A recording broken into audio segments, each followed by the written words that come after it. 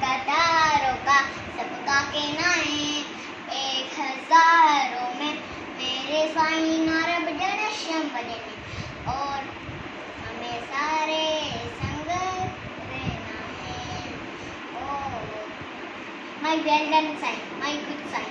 और ये मेरे प्यारे प्यारे प्यारे साईं और वो मेरे अच्छे साईं हैं इतने और शिव भजन नारा भजन और मेरे इतने अच्छे साईं हैं वेल डन होगी।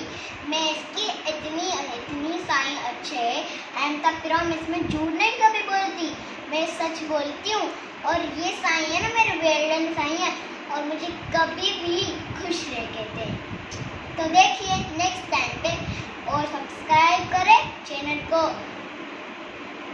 लाइक करें, शेयर करें, सब्सक्राइब करें और घंटी भी ऐसी होनी चाहिए।